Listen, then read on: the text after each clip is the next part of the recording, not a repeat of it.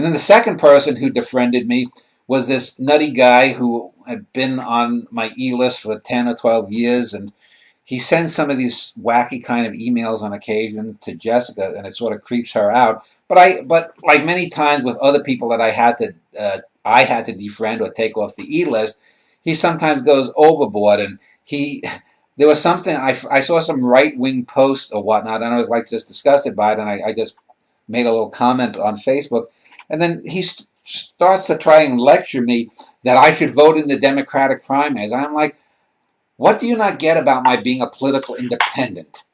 I am not going to vote for the Democrats.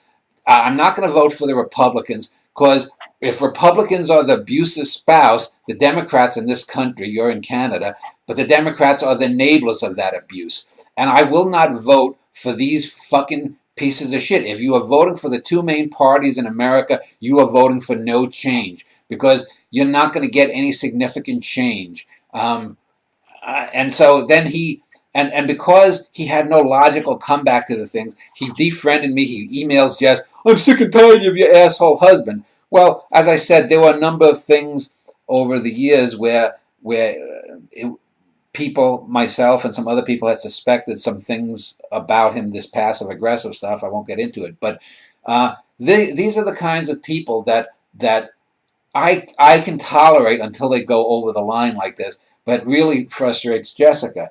And these are the kinds of people that I refer to in some of these plays, is that you get these kinds of people who all they want are things. And I don't mind giving people things, but, give something back. I've mentioned Jean Ziong, and he's been writing some posts, maybe 30 posts or whatnot over the last year and a half about my writing, and I appreciate that. And I've read a couple of his stories and some poems and whatnot, and I try to help him out or whatnot, but I can only do as much as I can do. Like, he's shy and doesn't want to talk on Skype, and I guess he's I don't know, just in his own little zone and agoraphobic, maybe, who the hell knows. But that's the way it is. But at least he's not pretending that he knows things that he doesn't know. And and both of these people that befriended me were great on pretense. But this is the kind of thing that I put in these plays because people should know about it. I have a couple of scenes in a few of the plays where I talk about the poetry scene, and I'll probably have others in the future, and how inane and ridiculous. But yet, these are things I'm writing that I really didn't write. I'm just remembering almost verbatim the things that happened.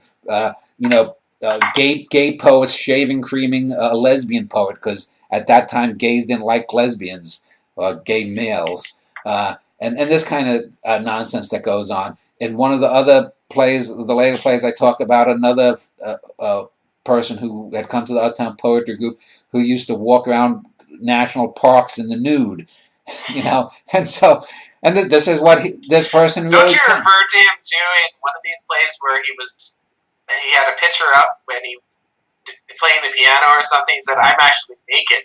Yeah, yeah, it's one of these things, and it's like, people would think you're making this shit up, but I'm not. I'm not making it up. This is the way this shit really was. And these are the kinds of people, and these are the kinds of people that even 30 plus years ago, when I was going to Brooklyn and meeting real life equivalents of this Rosanna Hobbs, who never became famous or well known or anything,